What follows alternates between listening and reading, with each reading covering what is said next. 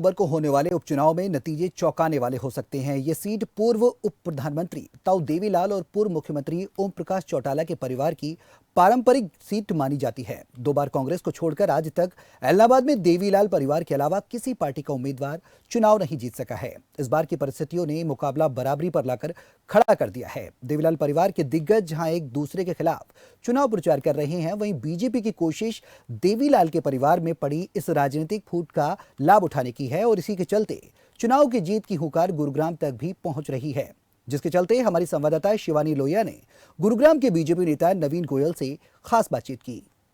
इलाहाबाद के चुनाव के लिए केवल अब एक दिन रह गया है। 30 अक्टूबर को जो है वोटिंग डाली जाएगी और तय होगा कि आखिर इलाहाबाद में इस बार किसका राज होने वाला है। अभय चौटाला के इस्तीफा देने के बाद उपचुनाव कराए जा रहे हैं और उपचुनाव के बाद इस बार जो बीजेपी है वो काफी मेहनत करती हुई दिखाई दे रही है। एक बार फिर से बीजेपी को जो है मौका मिला है एक सीट बढ़ाने का और इसी के चलते फिलहाल हमारे साथ जो है बीजेपी के जो नेता है वो मौजूद है और वो बताएंगे कि आखिर इस बार वो कितनी मेहनत के साथ इलाहाबाद की जो सीट है उसको जीतने की कोशिश कर रहे हैं।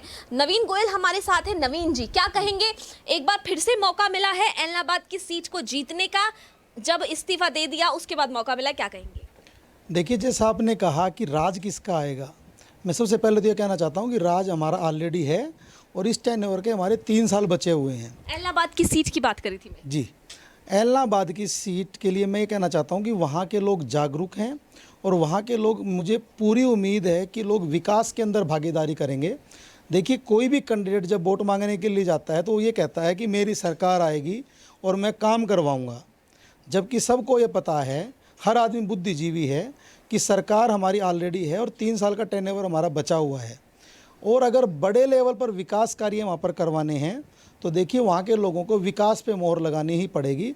और मुझे उम्मीद ही नहीं, पूरा विश्वास है कि आप 2 तारीख को देखेंगे कि हमारी पार्टी के अच्छे मार्जिन से वहाँ पर जीत दर्ज करेगी और जो समाज सेवी कह लूँ या हमारी पार्टी के इतने अच्छी कैंडिडेट गोविंद कांडा जी वहाँ पर एक विकास की लहर लेके आने का काम करेंगे और मैं मानता हूँ कि वहाँ पर एक नया इतिहास लिखा जाएगा। अच्छा, आपने गोविंद कांडा की जैसे कि बात की है, गोविंद कांडा के बारे में बात करेंगे। क्या बीजेपी के अंदर कोई ऐसा उम्मीदवार नहीं था जो इलाहाबाद को स्ट्रांग दिखा सके? बीजेपी के पास जो पैराशूट से एक दूसरी पार्टी का उम्मीदवार लाया जाता है, पहले दिन उसको जो है बीजेपी ज्वाइन कराई जाती है और फिर उसके बाद उसको बताया जाता है कि हमारा उम्मीदवार तो गोविंद कांडा है।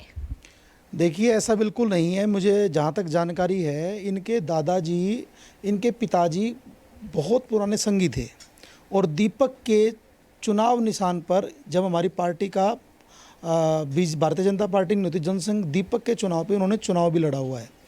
देखिए, पार्टियों के अंदर नए नेता शामिल होने का काम भी जारी रहता है और ये बिल्कुल गलत है कि वहाँ पर कोई भी हमारे पास कैंडिडेट नहीं था। हमारी पार्टी के पास 17 एप्लीकेशंस आई, लेकिन सभी एप्लीकेशंस को हमारी पार्टी के संगठन ने, माननीय मुख्यमंत्री जी ने, जो आला अधिकारी और नेता हैं हमारे, उसके बाद एनालिसिस होता है और नो डाउट उन्होंने बहुत लंबे टाइम तक, खासकर कोरोना में भी बहुत लंबा अच्छा काम किया और वहाँ के क्षेत्र के लोगों की डिमांड भी उस कैंडिडेट की थी। तो मैं मानता हूँ कि अच्छा उम्मीदवार हमें और मिला है और उन्होंने पार्टी की सदस्यता लेकर के प्रॉपर तरीके से पहले टिकट अप्लाई किया, उसके बाद हमारी पार्टी ने टिकट दिया है। नवीन जी, एक लास्ट कमेंट चाहूंगी इलाहाबाद चुनाव पर, क्या कितनी वोटों से जीतने वाले हो अब की बार? देखिए, जीत तो जीत होती है, चाहे 1 वोट से हो चाहे कितनी वोट से हो, लेकिन मेरी उम्मीद और हमारी पार्टी के जो वरिष्ठ नेताओं ने जो आकलन किया है तो करीबन 10,000 के मार्जिन से हम जीतने जा रहे हैं। बिल्कुल, धन्यवाद। ये थे हमारे साथ नवीन गोयल, बीजेपी के नेता, जिन्होंने हमें बताया कि इस बार जो इलाहाबाद चुनाव है वहाँ के समीकरण किस तरीके के हैं और इस बार ये लगभग, इनका आकलन ये है कि 10,000 वोटों से इस बार जो बीजेपी है वो शायद इलाहाबाद में अपना झंडा गाड़ ही लेगी। अब देखने वाली बात ये होगी कि आखिर जो बीजेपी है वो अपना झंडा गाड़ने में वहां पर कामयाब हो पाती है या फिर नहीं। कैमरामैन अनिल मंगला के साथ मैं शिवानी लोहिया, खबर फास्ट के लिए, गुरुग्राम।